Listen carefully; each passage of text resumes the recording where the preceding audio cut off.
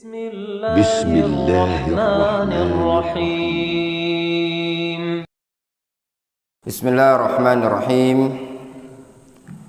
الحمد لله نحمده ونستعينه ونستغفره ونعوذ بالله من شرور أنفسنا ومن سيئات أعمالنا من يهده الله فلا مضل له ومن يضلل فلا هادي له وأشهد أن لا إله إلا الله وحده لا شريك له وأشهد أن محمدا عبده ورسوله صلى الله عليه وعلى آله وأصحابه أجمعين أما بعد.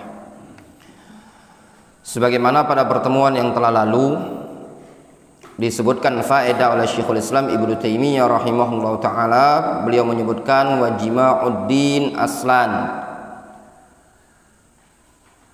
sumber agama ini dibangun di atas dua prinsip. Alla na'budu illallah wa la na'budahu illa bima syara'a. Kita tidak menyembah melainkan hanya kepada Allah dan tidaklah beribadah kepada Allah melainkan sesuai dengan apa yang telah disyariatkan. Itu prinsip utama dalam agama Islam yang dikenal dengan istilah al-ikhlas wal ittiba'. Prinsip yang demikian ini juga disebutkan oleh a'immatud da'wah, oleh para ulama a'immatud da'watun najd ya. Di antaranya Syekh Muhammad Ibn Abdul Wahhab rahimahullahu taala wa ahfaduhu, dan keturunan beliau.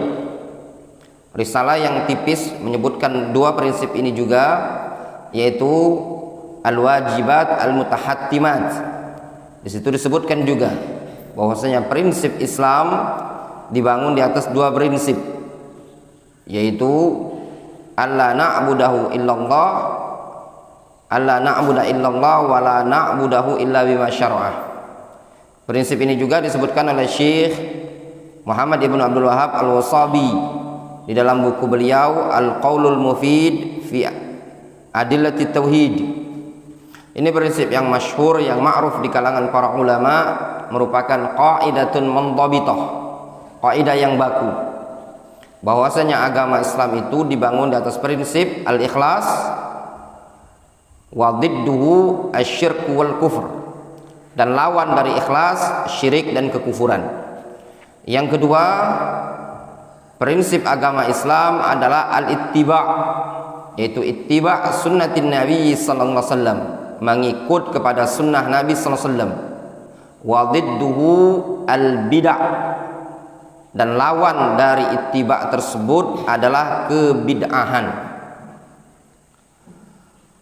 sehingga merupakan perkara yang merusak agama Islam dan harus diperangi, meliputi dua perkara, asyirkiyat wal kufriyat wal bid'ah wal dhalalat. Kesyirikan, kekufuran, kebid'ahan, dan kesesatan. Itu semua bukan bagian dari ajaran agama Islam. Kita baca keterangan yang disebutkan oleh Syekh Abdul Salam As-Suhaimi. Beliau menyebutkan wa amma syartu tsani, adapun syarat yang kedua dari syarat yang disebutkan oleh para ulama berupa syarat diterimanya amalan. Yang pertama ikhlasul ibadah, yang kedua apa? Tajridul mutaba'ah, memurnikan mutaba'ah. Fa ma'nahu ayyakuna al-amalu alladhi nataqarrabu bihi ila Allah muwafiqan lima syara'ahu Allah fi kitabih au sunnati rasulih sallallahu alaihi wasallam fi sunanihi. Maknanya, makna ittiba', hendaknya amalan yang kita bertaqarrub dengannya kepada Allah Subhanahu wa taala muwafiqan lima syara'ahu fi kitabih, mencocoki sesuai apa yang Allah Subhanahu wa taala syariatkan di dalam Al-Qur'an atau sunnah Rasulullah SAW, atau apa yang diajarkan oleh Rasulullah SAW dalam sunnahnya. Qala Allah Subhanahu wa taala, Allah Subhanahu wa taala berfirman, Al-yawma akmaltu lakum dinakum wa atmamtu alaikum ni'mati wa raditu lakumul Islam dina. Pada hari ini, al-yawma, al di situ al apa namanya? Idil.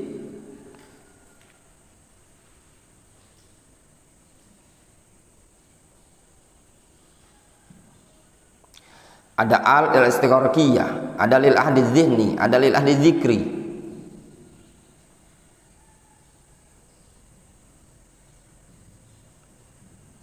Lama libur tidak ada yang ngetes.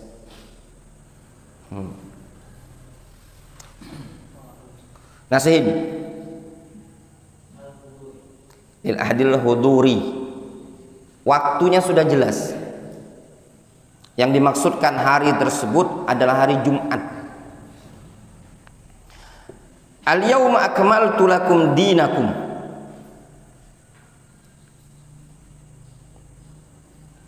Pada hari ini aku sempurnakan agama Islam ini untuk kalian. Wa atmamtu alaikum ni'mati, dan aku sempurnakan juga nikmat-nikmatku untuk kalian. Wa raditu lakumul Islam madina, dan aku ridhoi agama Islam ini sebagai agama kalian. Ada faedah ikhwan disebutkan oleh Al-Imam Ibnu Qayyim dalam Ijtima'ul Juyush Al-Islamiyah. Anda tidak punya kitabnya, mungkin Dr. Fikri punya. Punya enggak? Punya juga. Berkaitan beda lafaz akmala sama atamma. Apa bedanya? Nah, ini yang lupa itu tadi. Ya. Lupa anak. Beliau menyebutkan ada perbedaan. Disebutkan di kitab Ijtima'ul Juyush Al-Islamiyah. Berhubung kitabnya enggak punya, dulu sempat kebaca fotokopian. Antum cari sendiri ya. Ketika beliau membahas ayat ini, ada letak beda dari sisi lughah, walaupun maknanya sama. Akmaltu wa atmamtu artinya menyempurnakan, namun beliau sebutkan ada perbedaan makna yang terkandung di situ dari lafaz akmala sama atamma. Faqad akmalallahu lana ad-din qabla ayyan taqila Rasul sallallahu alaihi wasallam ila rafiqil a'la. Sungguh Allah Subhanahu wa taala telah menyempurnakan agama Islam ini sebelum beliau Nabi kita Muhammad SAW, Rasul SAW pindah ke Ar-Rafiqil A'la. Maksudnya sebelum Rasul wafat. Sudah sempurna dan sudah disaksikan oleh para sahabat. Kapan disempurnakannya? Ketika haji wada, pada hari Jumat, di hari Arafah. Karena ayat ini turun pada hari Jumat di hari Arafah, sebagaimana disebutkan dalam riwayat Bukhari dari sahabat Umar Ibn Khattab radhiyallahu anhu. Dan min babil faedah, ayat ini bukanlah ayat yang terakhir turun secara mutlak, sebagaimana yang disebutkan oleh Al-Hafidz Ibnu Hajar dalam Fathul Bari. Beliau lebih menguatkan ayat yang paling terakhir turun adalah wattaqu yauman turja'una fihi ilallah. Itu ayat yang paling terakhir turun secara mutlak. Terus bagaimana dengan ayat ini? Ayat ini adalah ayat paling terakhir turun dalam penyempurnaan syariat. Jarak ayat ini turun, Al-Maidah ayat 3 dengan wafatnya Nabi sallallahu alaihi wasallam lebih kurang sekitar 80 harian. Karena ini turunnya ketika haji wada di Arafah. Arafah itu tanggal 9 Dzulhijjah. Tanggal 9 Dzulhijjah. Anggaplah kita genapkan tanggal 10 lah ya. 10. Rasul wafat tanggal 12 Rabiul Awal. Antum hitung sendiri. Kurang dari 90 hari.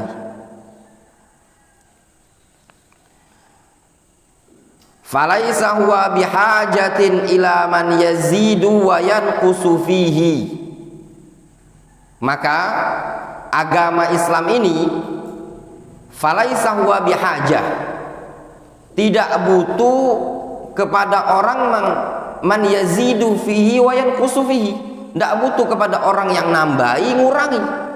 Kenapa? Karena sudah sempurna. Untuk apa ditambah-tambahi, untuk apa dikurang-kurangi? Agama yang sudah lengkap, sudah sempurna.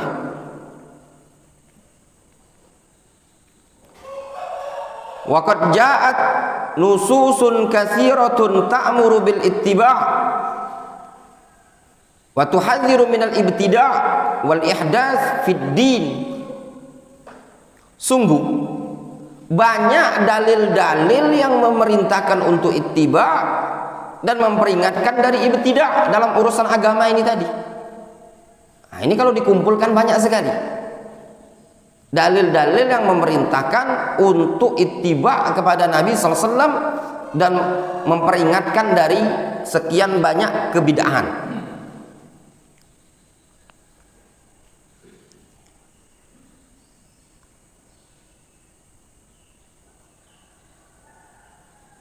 Di situ disebutkan dalam ayat Al-Qur'anul Karim, qala Allah Ta'ala, Allah Subhanahu wa taala berfirman,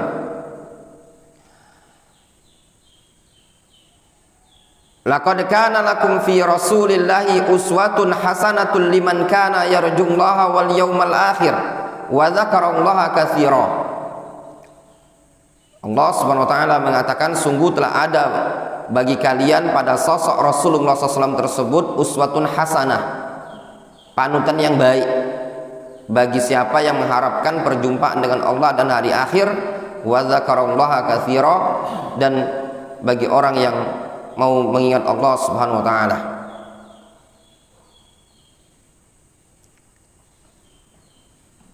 Wa dzakarallaha katsira. Katsira sebagai apa? Mus'ab.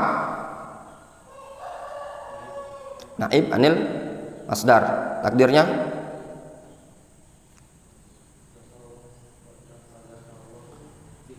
wa dzakarallaha dzikran katsira. Di situ disebutkan ada ta'liq di bawah itu.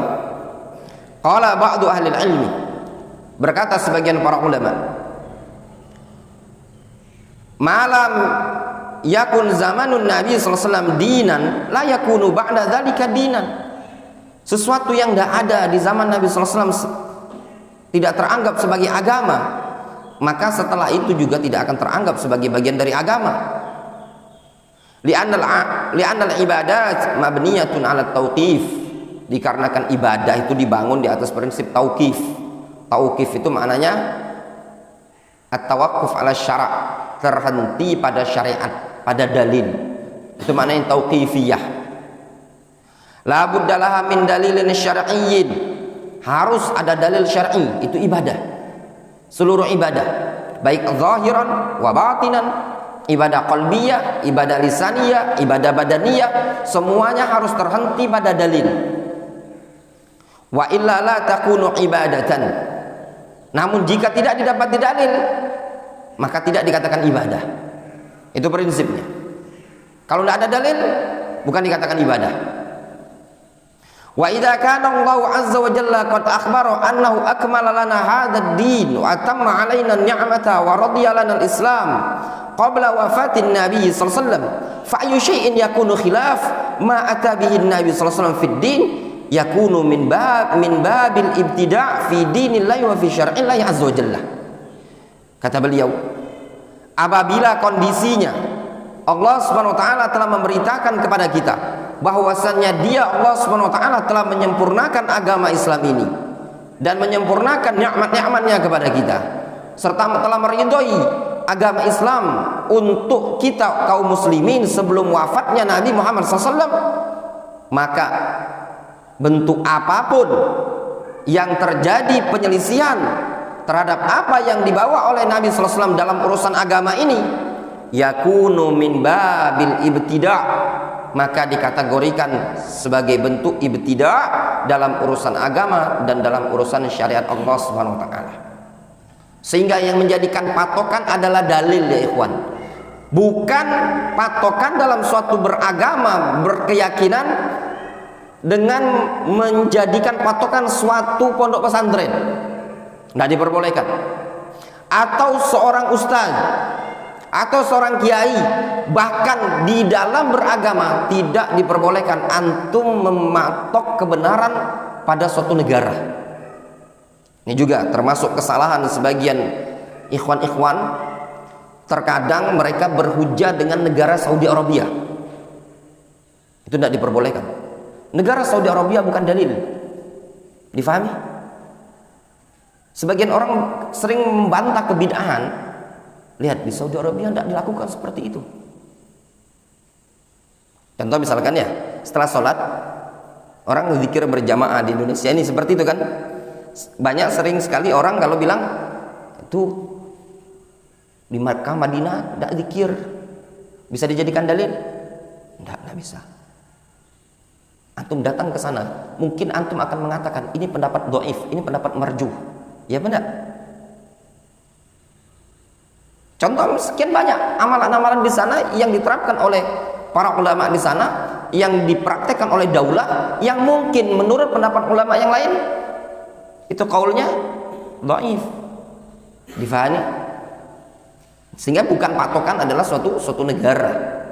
Makanya antum ada ingat faedah yang disebutkan oleh Imam As-San'ani, kalau antum masih ingat, bedakan antara masalah dauliyah dengan masalah daliliyah. Kalau antum bisa membedakan perkara ini, antum akan selamat dari ta'assubiyah wa taqlidiyah madhabiyah. Nggak bisa jadi patokan ya. Apalagi kalau antum beralasan, itu sholat. Kalau seandainya perempuan laki-laki nyampur antara laki-laki dan perempuan satu soft, itu perkara yang dilarang dalam syariat. Tentu tidak akan dilarang di Masjidil Haram. Tentu kalau sholat di Masjidil Haram, itu samping antum kadang ayu-ayu, adik-adik, cewek-cewek, nenek-nenek itu, antum sholat. Ya, dokter Vicky, Masjid Nabawi sama baik. Sampai ada sebagian yang kemarin itu ada ibu-ibu nak sholat di depan dia. Jadi ada tidak tahu orang apa Jazair bilang, ukhti haram. Dia ini kan masalah khilaf di kalangan para ulama. Sebagian para ulama mengatakan tidak salah laki-laki sholat di belakang perempuan itu. Pindah dia. Pindah dia. Anda pikir pindah dia. Dalam hati anda biarlah ini ikut pendapat sebagian para ulama lah, tidak sah, masih sah nih. Bayangkan antum seperti itu. Apa bisa dijadikan dalil? Tidak bisa dijadikan dalil. Tidak. Apakah setiap orang di sana berilmu? Tidak. Tanya durus di Telegram. Ya, akhalah. Ta'rif makan hadat daras. Nanya sama security. Wallahi ana ma'arif. Ana langsung ingat. Subhanallah, kata Syekh Abdurrahman. Syekh Abdurrahman dulu pernah bilang, tidak jaminan orang tinggal di Masjidil Haram puluhan tahun dia berilmu. Nah ini contohnya security Masjidil Haram. Ya, tempat darasnya pelajaran di Masjidil Haram lagi tidak tahu. Itu contoh ya ikhwan. Makanya setelah antum faedah yang besar anak ambil ketika umroh kemarin, ternyata benar yang dikatakan oleh Salman Al-Farisi, ya akhi innal arda la tuqaddisu ahadan innama yuqaddisul mar'u amaluhu. Wahai akhi, saudaraku, negeri itu tidak akan bisa membersihkan seseorang, yang membersihkan adalah amalan dia sendiri. Dimanapun antum berada, kalau antum talabul ilmi, antum punya ilmu, maka antum akan bisa berjalan di atas ilmu tadi di tengah gelapnya umat manusia. Antum tidak punya ilmu, walaupun antum tinggal di bilad al-haramain, ya, bilad al-haramain, di situ para ulama maujudun, mutawafirun, muntasyirun, negerinya para ulama. Kalaupun antum tidak diberikan petunjuk oleh Allah SWT untuk mengambil miskatun nubuwah, cahaya ilmu kenabian yang diwarisi oleh Nabi kita Muhammad SAW, sama saja. Ya, wujuduka ka'adami. Ya, keberadaanmu seperti tidak ada. Ini poin penting. Pentingnya ilmu.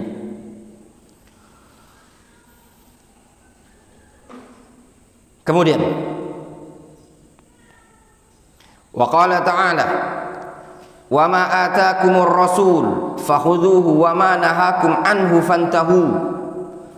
Apa yang dibawa oleh Rasul untuk kalian, fakhudhu, ambil, wa ma nahakum anhu fantahu. Apa yang dilarang oleh beliau, fantahu, tinggalkan. Wa qala ta'ala, Allah Subhanahu wa taala berfirman, qul in kuntum tuhibbunallaha fattabi'uni yuhibbukumullah. Katakan ya Muhammad, in kuntum tuhibbunallah, jika kalian mencintai Allah, fattabi'uni, ikuti aku, yuhibbukumullah, niscaya Allah akan mencintai kalian. Sehingga dikatakan oleh para ulama, di antara sebab untuk mendapatkan kecintaan Allah Subhanahu wa taala adalah al-ittiba. Antum ittiba, maka antum akan mendapatkan kecintaan dari Allah Subhanahu wa taala. Disebutkan di sini, hadil ayat qala anha ba'du ahli ilmi al-ayah al-mumtahana. Ayat ini, ayat yang mana? Qul in kuntum tuhibbunallaha fattabi'uni yuhibbukumullah. Sebagian para ulama, sebagian ahlul ilmi mengatakan ayat ini dikenal dengan ayat al-mumtahana, ayat ujian, atau istilah lain ayatul imtihan. Fiha imtihanun linnas. Kenapa? Dikarenakan pada ayat ini terdapat imtihanun linnas, ujian bagi umat manusia. Waliman yadda'i al-mahabbah, bagi orang yang mengklaim, mengaku cinta kepada Rasul. Kalau antum cinta kepada Rasul, dengan cara apa? Dengan cara ngikuti Rasul. Ya. Kata security-nya penjaga kuburan Nabi, yang jaga itu. Nah, dia bilang, ya akhi, mahabbatur Rasul takunu bittiba'ihi. Ya, pelongo orang Indonesia. Doa-doa antum mau ngelihat kemungkaran yang sekian banyak-banyak, ya. Dan bentuk kesyirikan kecil segala macam. Makanya Nabi bilang, tidak jadi patokan suatu negara. Ya. Itu di Saudi Arabia. Masjidil Haram, Masjid Nabawi. Ya, pentingnya ilmu tadi. Ada yang ngelus dinding Ka'bah sudah dielus, tabaruk diusapkan ke badan. Apa namanya itu? Bukan nama tabaruk. Ya. Jadi ketika bimbing jamaah umroh itu bukan jelaskan sirah, tapi apa?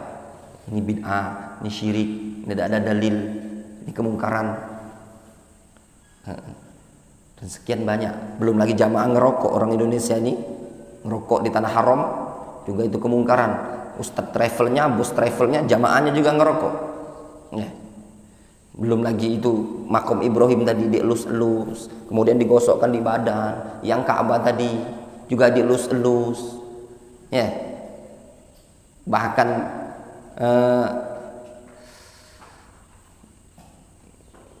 antum tahu Dr. Vicky yang di samping Masjid Nabawi itu ada pojok itu ada kebun-kebun kurma sedikit, tanaman-tanaman kurma. Dulu itu tempat itu Sakifah Bani Sa'idah. Ya enggak? Nah, doa di situ. Itu tuh cuman tempat setelah wafatnya Rasul, beberapa sahabat musyawarah waktu mengangkat Abu Bakar As-Siddiq. Doa di situ. Sama baik antum doa di Lembung Gajah dengan doa di situ sama. Tidak ada keistimewaan. Difahami? Bahkan sebagian masyayikh kita, ya, tidak ada mereka menyebutkan dalil yang menyebutkan bahwasannya doa di raudhah itu mustajab. Ya. Doa di raudhah itu mustajab.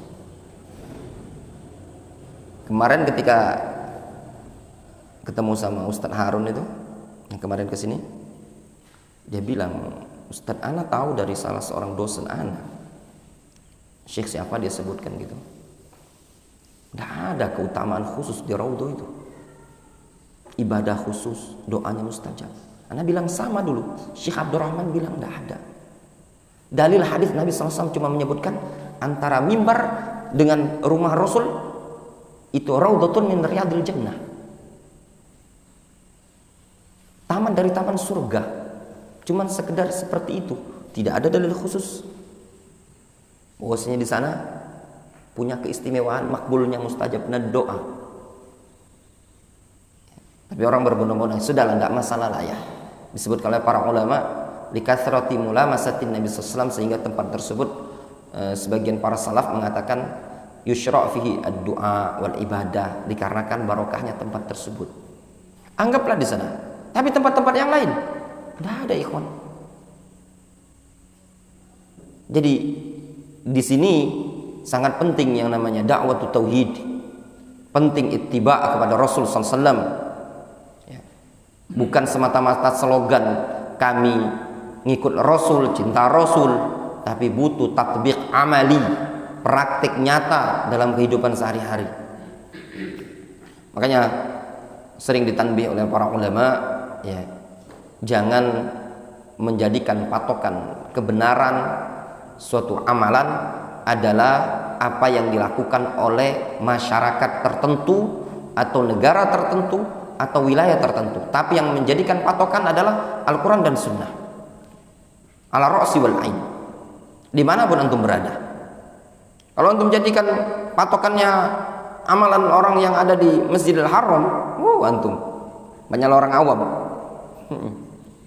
sambil tawaf di rukun Yamani itu, ya. Bismillah, Allahu Akbar. Nah, ini bid'ah dalam hati anak. Meloi pulo jamaah ini. Jangan dimeloi, Pak, jangan dimeloi. Tidak dalilnya. Bayangkan antum. Seluruh antum mau melihat, belum lagi sekian banyak, terlalu banyak rinciannya, tafasil. Ya. Ada enggak anak narok kemarin kitab 2 jilid cetakan Miras Nabawi, perkara-perkara menyimpang yang terjadi berkaitan di Masjidil Haram, Masjid Nabawi. Coba ambil.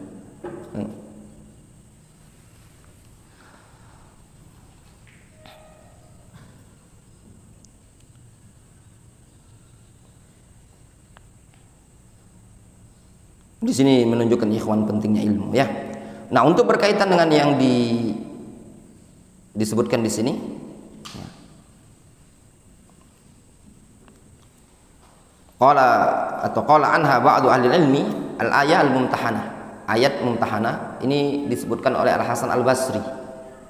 Al-Hasan Al-Basri beliau menyebutkan ayat ini adalah ayatul imtihan.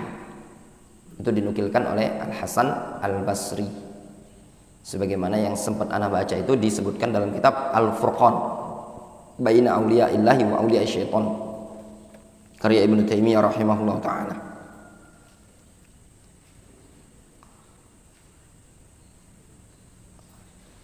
Falidzalika qala Allah ta'ala qul in kuntum tuhibbunallaha fattabi'uni yuhibbukumullahu wa yaghfir lakum dzunubakum. Oleh karena itu Allah Subhanahu wa taala berfirman, katakanlah ya Muhammad, qul in kuntum tuhibbunallaha fattabi'uni yuhibbukumullah wa yaghfir lakum dzunubakum. Jika kalian mencintai Allah, ikutilah aku, niscaya Allah akan mencintai kalian dan mengampuni dosa-dosa kalian. Sehingga al-ittiba kepada Nabi sallallahu alaihi wasallam itu sebab mendapatkan mahabbatillah wa sabab al-maghfirah. Fa mahabbatullahi lil 'abdi muta'alliqatun bittiba'il 'abdi lir Rasul sallallahu alaihi wasallam. Kecintaan Allah kepada seorang hamba itu berkaitan dengan ittiba seorang hamba kepada Rasul sallallahu alaihi wasallam. Kecintaan Allah kepada seorang hamba itu berkaitan dengan ittiba seorang hamba kepada Rasul sallallahu alaihi wasallam. Walidzalika sammaha ba'du ahli ilmi al-ayat al-mumtahanah. Oleh karena itu sebagian para ulama menyebut ayat ini dengan ayat al-mumtahanah.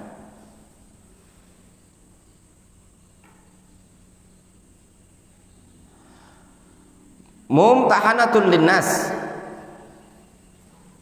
wa mada sidq ittiba'ihim.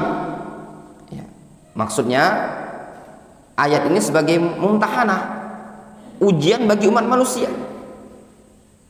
dan menjadi tolak ukur bentuk benarnya ittiba mereka. Walidzalika qala ba'du ahli ilmi, oleh karena itu sebagian para ulama ada yang mengatakan laisa sya'nu an tuhab, laisa sya'nu an tuhib, wa innama sya'nu an tuhabba minallah. Sebagian para ulama mengatakan laisa sya'nu an tuhib, wa innama sya'nu an tuhabba minallah. Bukan menjadi patokan itu engkau mencinta, akan tetapi yang menjadikan patokan itu engkau dicinta oleh Allah Subhanahu wa taala. Difahami? Kalau semua orang mengklaim semuanya bisa dengan mengatakan aku cinta Allah, aku cinta Rasul, tapi yang menjadikan patokan adalah keistimewaan itu bagaimana engkau dicintai oleh Allah Subhanahu wa taala. Kullun yadda'i waslan bi Laila wa Laila la tuqirru lahum bidzaka. Ketemu al-mabahith al-muta'alliqah bi Mekkah. Enggak ada. Berarti masih di rumah anak. Kemarin enggak anak kasih. Ada enggak? 2 jilid. Enggak ada. Fikih aja ya. Enggak ada ya? Al-mabahith al-muta'alliqah bi Mekkah. Enggak ada. Hardcover 2 jilid. Belum. Ada kitab 2 jilid bagus. Baru beli ada di Al-Wadi. Berapa? 500 apa enggak? Berapa itu? Judulnya Al-Mabahith Al-Muta'alliqah bi Mekkah Al-Mukarramah. Apa isinya? Bentuk penyimpangan jamaah haji, jamaah umroh yang berkaitan dengan kota Mekah.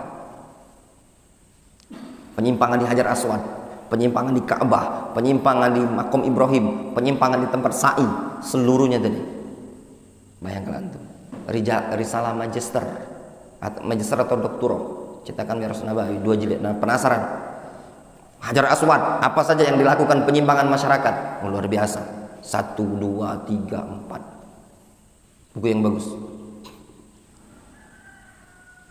ya. Yang seperti itu penting ya. Buku yang seperti ini sangat bermanfaat. Bukan maksud untuk menjatuhkan negara Saudi Arabia, enggak, tapi untuk menjelaskan kepada umat bahwasanya amalan suatu masyarakat itu susah dibendung ya ikhwan.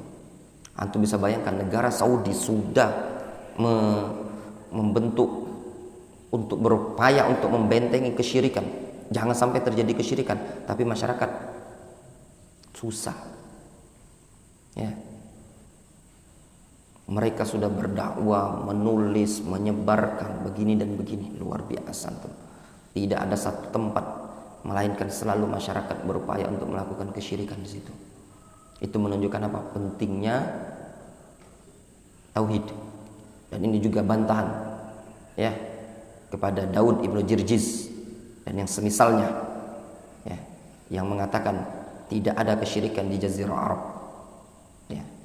Mereka mengatakan tidak ada lagi kesyirikan di Jazirah Arab itu sama sekali ya. Berdasarkan hadis Nabi SAW, akhriju inna syaitan qad aisa ayya'budahul musallun fi jaziratil Arab. Sesungguhnya syaitan sudah putus asa untuk disembah oleh orang-orang yang sholat di Jazirah Arab. Berarti tidak ada kesyirikan. Syubhat bukan? Syubhat ikhwan. Syubhat. Daud Ibnu Jirjiz, tidak ada katanya kesyirikan lagi. Apa yang dimaksudkan? Antum Muhammad bin Abdul Wahab, sudahlah dakwah tauhid terus, nggak ada kesyirikan di Jazirah Arab ini tadi. Dibantah sama Syekh Muhammad bin Abdul Wahab. Bantahan yang paling bagus di maktabah kita ada judul namanya Misbahul Zulam. Nah, itu membantah Daud Ibnu Jirjiz, membantah syubhat ini tadi, yang menyatakan di Jazirah Arab tidak ada kesyirikan. Sehingga yang mereka inginkan, kalian tidak usah lagi membantah kuburin, tidak usah membantah orang-orang yang bertabaruk dengan pohon, dengan segala macam, dengan keramat segala macam. Dikarenakan kesyirikan tidak ada di Jazirah Arab. Namun kita katakan kesyirikan akan tetap ada sampai hari kiamat, dimanapun tempatnya tersebut. Dan menjelang hari kiamat akan semakin besar. Sehingga dakwah tauhid itu dibutuhkan meskipun di Daulatut Tauhid. Ya, dibutuhkan. Antum bisa bayangkan negara Saudi Arabia yang daulatul tauhid seperti itu, sekian banyak masyarakat berupaya untuk melakukan kesyirikan di situ. Ya, apalagi kalau sebelum terbentuknya daulatul tauhid, sebelum ada negara tauhid yang sekarang ini tadi. Ya, sangat benar kata Masyikhuna, dulu sebelum ada dakwah Syekh Muhammad bin Abdul Wahab, kuburan betul-betul diagungkan di Jazirah Arab pada masa tersebut. Itu pentingnya tauhid.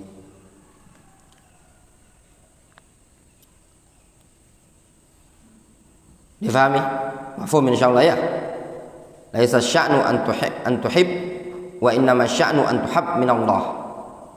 Bukanlah suatu kondisi itu engkau mencinta, tapi kondisi yang benar itu adalah bagaimana caranya engkau dicinta oleh Allah. Wallahu qad bayyana fi hadhil ayah annahu la yuhibbu illa man ittaba'a ar-rasul sallallahu alaihi wasallam wa ittaba'a al-wahya alladhi ja'a ar-rasul sallallahu alaihi wasallam. Pada ayat ini Allah Subhanahu wa taala menjelaskan bahwasanya Dia Allah Subhanahu wa taala tidaklah mencintai melainkan kepada orang yang mau ittiba kepada Rasul dan mengikuti wahyu yang dibawa oleh Rasul sallallahu alaihi wasallam.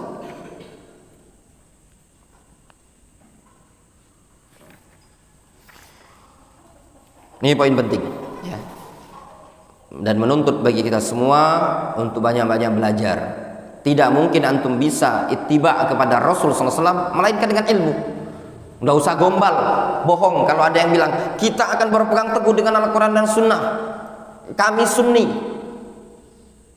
Ini ikhwan Sunnah, sudah ngaji Sunnah, dia sudah berpegang teguh dengan Sunnah. Antum pegang teguh dengan Sunnah yang mana? Ya enggak? Hadis Rasul ribuan, jangankan ribuan, arba'in pun belum pernah dia baca. Sunnah yang mana yang kira-kira nak diamalkan?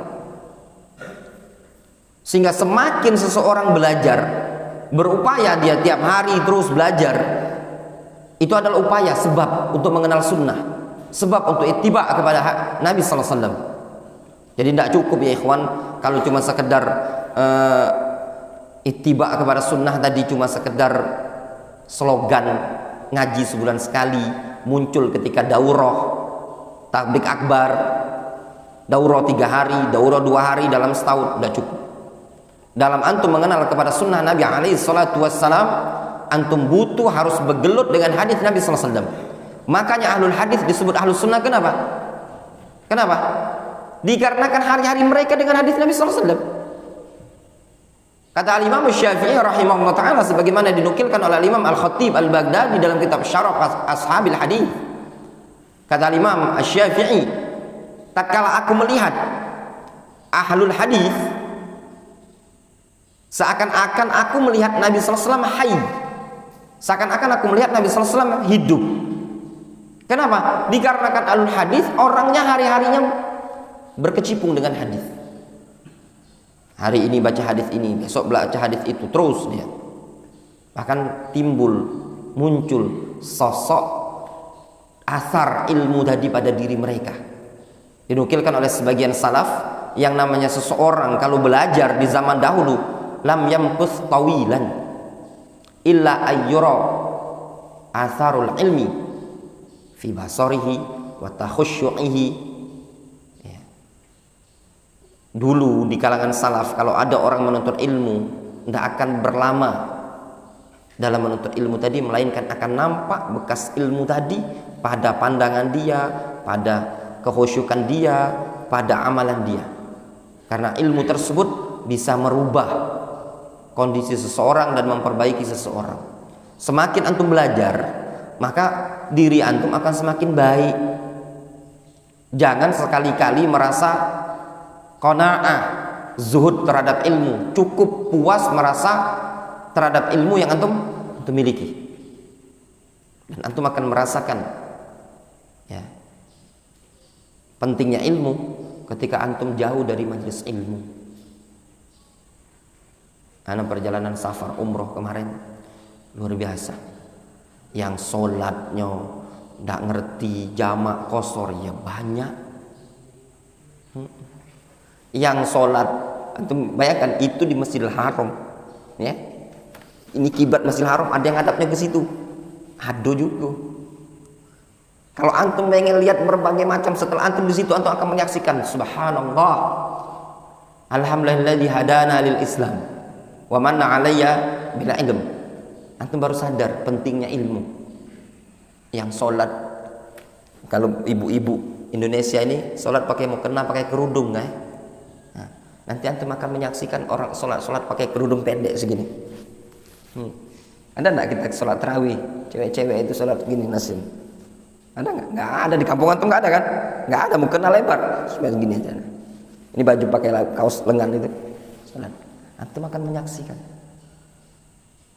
Di situ antum akan baru menyadari ucapan Salman Al Farisi, innal arda la tuqaddisu ahadan innama yuqaddisul mar'u amaluhu. Yang males sholat ke Masjidil Haram, sholat di jalan juga banyak.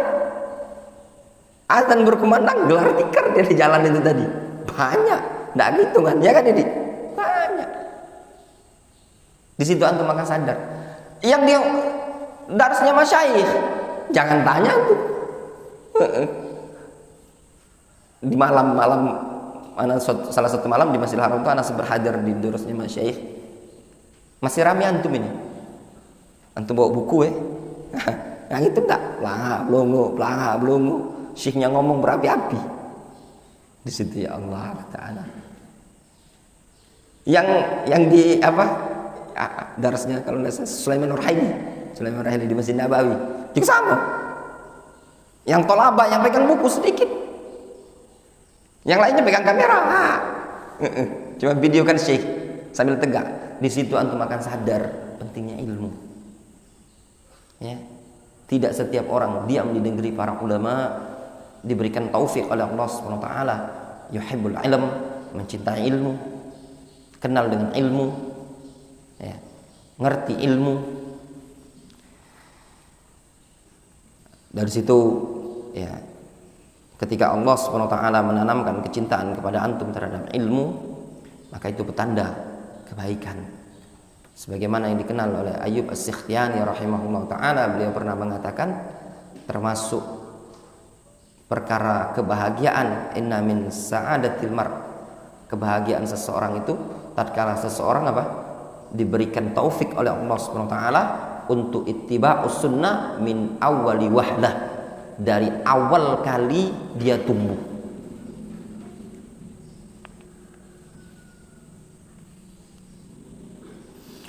Kemudian wa minas sunnah ahadits katsirah. Adapun dari sunnah hadis sangat banyak sekali. Minha qauluhu sallallahu alaihi wasallam. Di antaranya hadis Nabi sallallahu alaihi wasallam. Alaikum bi sunnati. Wajib bagi kalian berpegang teguh dengan sunnah. Wa sunnatil khulafa'ir rasyidin al-mahdiyyin min ba'di. Wajib bagi kalian berpegang teguh dengan sunnahku dan sunnah al-khulafa ar-rasyidin al-mahdiyyin min ba'di. Sunnah Rasul, sunnah al-khulafa ar-rasyidin yang terbimbing setelahku. Addu 'alaiha bin nawajid. Gigitlah sunnah tersebut dengan gigi geraham.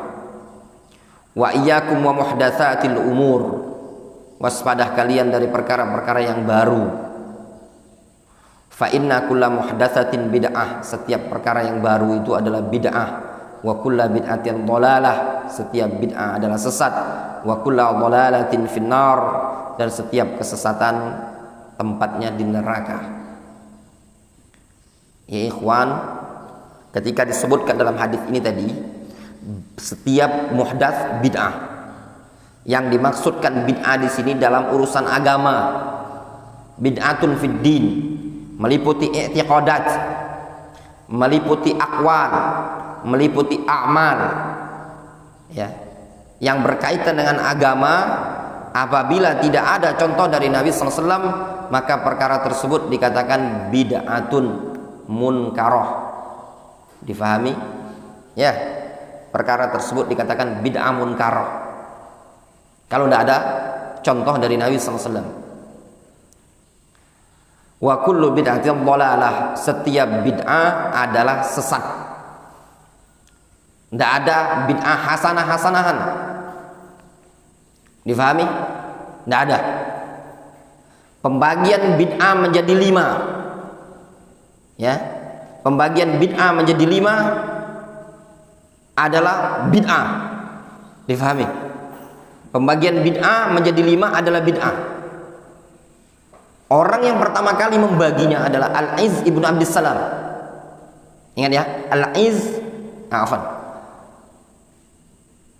Izzuddin atau Al-Izz bin Abdissalam, benar. Al-Izz bin Abdissalam. Al-Izz bin Abdissalam. Al-Izz bin Abdissalam atau Izzuddin bin Abdissalam. Sehingga anak Al-Izz bin Abdissalam. Kemudian diikuti oleh Imam An-Nawawi.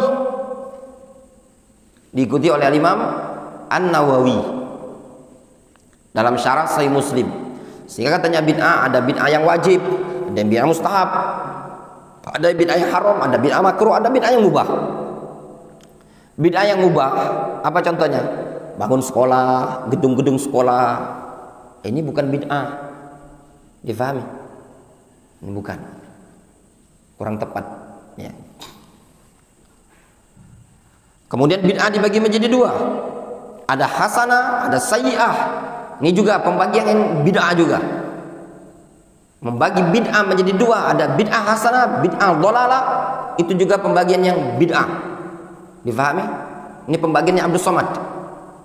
Ya. Ada bukunya dia. Diiklankannya juga. Ya, terbagi menjadi 2. Ini pembagian yang juga bid'ah.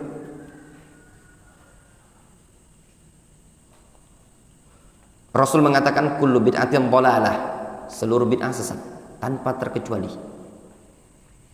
Wa kullu dhalalatin finnar, setiap kesesatan di neraka.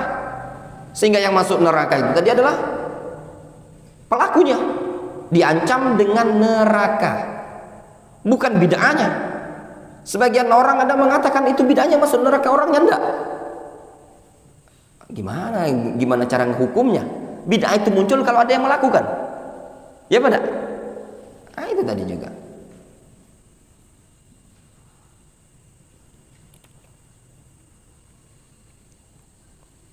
Ada buku dalam masalah ini yang cukup bagus. Kalau buku di zaman dahulu yang cukup bagus bahas masalah ini, Al-I'tisam karya Asy-Syatibi. Al-I'tisam karya Asy-Syatibi. Wa qauluhu sallallahu alaihi wasallam, taraktu fikum ma in tamassaktum bihi lan tadillu ba'di, kitabullah wa sunnati. Nabi SAW mengatakan, taraktu fikum, aku tinggalkan pada kalian, ma, sesuatu yang in tamassaktum bihi lan tadillu ba'di, sesuatu yang kalian kalau berpegang teguh dengannya kalian tidak akan tersesat. Apa itu? Kitabullah wa sunnati, yaitu Al-Quran dan sunnahku. Wa qauluhu sallallahu alaihi wasallam, man amila amalan laisa alaihi amruna fahuwa raddun. Dan juga sabda Nabi sallallahu alaihi wasallam, Rasul mengatakan, man amila amalan laisa alaihi amruna fahuwa raddun.